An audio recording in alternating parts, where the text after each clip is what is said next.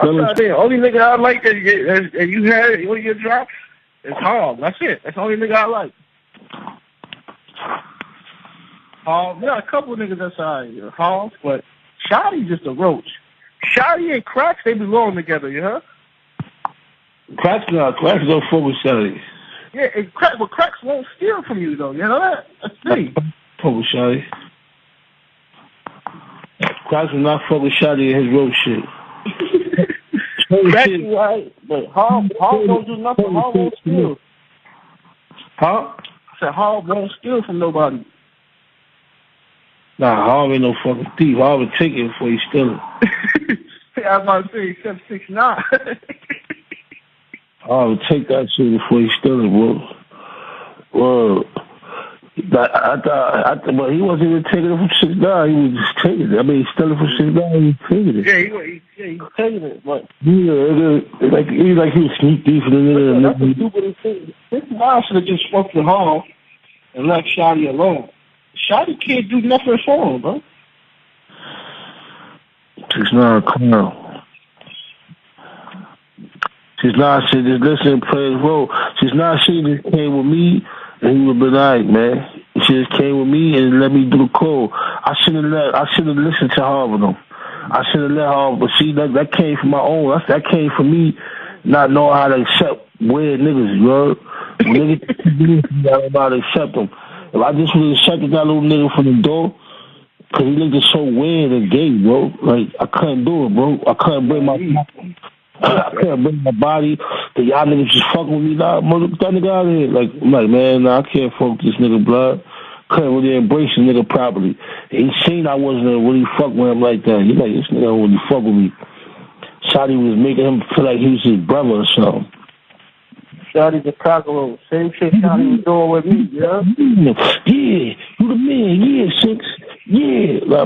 I never need Shotty to tell me that, yeah? But Shotty used to... That, bro. I can't tell you, bro, like, if I feel that nigga a buster, bro, then that's what it is. I'm not gonna be like... Hey, you know what? If niggas ask me, like, yo, Shotty's your man? I'm like, nah, that was my cab driver one time. Oh, shit. That's it. That was my cab driver. How you crazy, man? He was roaching. A nigga with his cousins and all that. He used to come down to get to work. He was roaching his cousins, too. Yeah. And he took that work. He tried to say he was going to go see them. Disappeared with it. These motherfuckers, they fucking with him again. They be about to write him again because they think he's good. Yeah. I tell you, he's going to book him again. That's where he be at his cousin's studio. Fuck that nigga, I don't know. His cousin started complaining again, like, yo, man, this. I'm like, oh, man, you already know Shotty, man. We not going through this, bro. Like, don't call me. Like, know your cousin. That's your cousin, bro. Like, before any of us met him, he was your cousin, bro. Like, you're not doing this. I'm not gonna act like you, like niggas know him better than you, niggas. Your cousin, motherfucker. The niggas was bringing in some money too a little bit now and then when they used to come through, you heard? Yeah, his cousin, right? They used to come through. Sometimes when shit was slow, that shit used to help me too, you heard? Nah, they was tap dancing on lava. Nah, they was. They was borrowing like 200, 300 at a time. That's what you're gonna check it out now. Listen, man, is there such thing as honor among thieves? Because the more and more I keep hearing about the street code and you got to be loyal to your guys. If you're in a gang, you got to ride for your homies. To some people, you got to be more loyal to your fellow gang members than you got to be to your girl, than you got to be to your family, then you got to be to the people that you probably provide for. Now, when you then think about their loyalty to you, do you really think that a bunch of niggas, just because y'all waving the same flag or y'all repping the same set, they're just eternally loyal to you? Now, let's go to the 6ix9ine case, because I just heard the audio tape. The audio tape is Mel Murder and some guy named Christian Cruz on the phone discussing 6ix9ine's and Shotty relationship.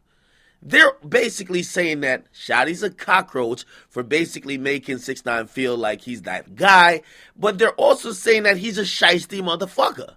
They're basically saying that 6ix9ine should have went with other people in the gang to have as a right-hand man.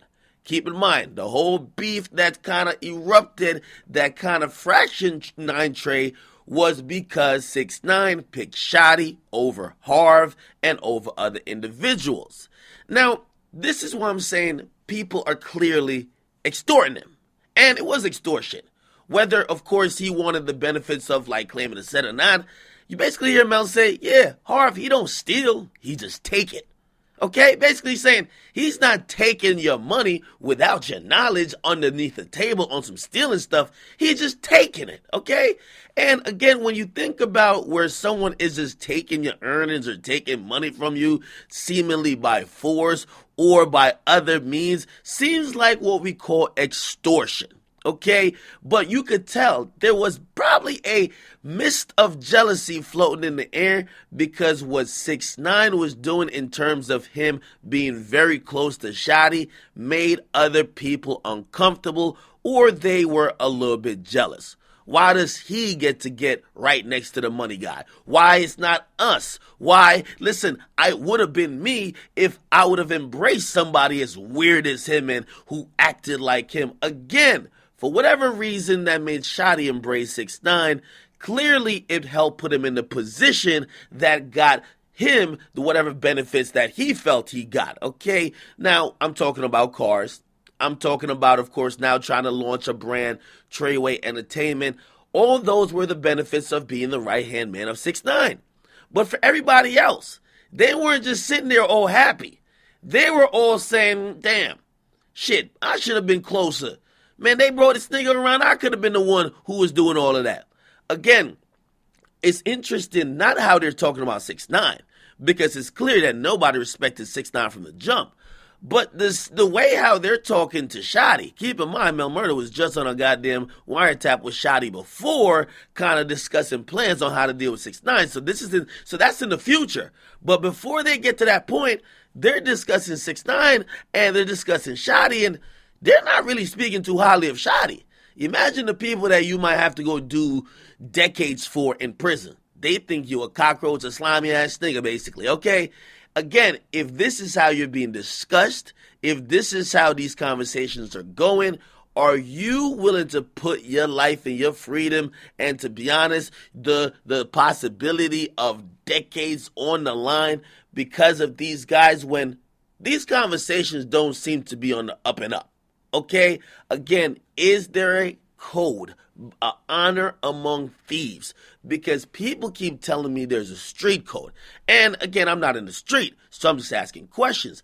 Because if a dude is in the streets where you have to do all type of grimy things, why, when it comes to saving your own ass when you get caught, you then want to prioritize other people or not throw people under the bus? Now, I'm not saying it don't happen, because it definitely happens. A lot of people, quote unquote, stand tall.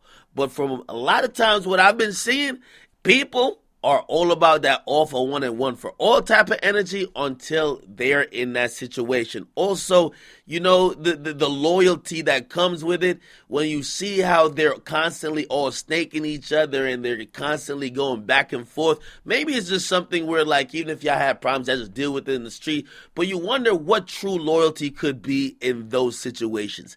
It just don't seem too right to me, okay? What do you guys think? Because I look at all this and I'm like, yeah, these are the guys that, love you, and these are the guys who are riding for you. They think you're a cockroach. They think you're only a check. They just want to, like, finesse you. They're basically saying you should have came over here because they could have got more money. It's nothing about love. It's nothing about care. It seems just money-driven. Maybe I'm wrong, but from the wiretaps that's played in court, you hear people basically just angling whatever way they can to make more money. And from that, it seems parasitic. It seems like everybody who likes to act like a gang is some brotherhood, and if you're in a gang, you have to be this complete brotherhood. Yeah, it looks like that might not be all true. Nobody's going to tell you the part that, yeah, now that you're making money, they're extorting. Nobody's going to tell you the part that, yeah, they're saying you're in a gang, but they still look at you as a very weird dude who they don't accept, and you're just a paycheck, okay? It's interesting, but what do y'all think, man? Get in the comment box, make sure you guys like them, subscribe to Woods Academics. More and more wiretaps are coming out, and this is where you're going to get them. It's Woods Academics. Make sure you guys stay locked and tuned to my channel.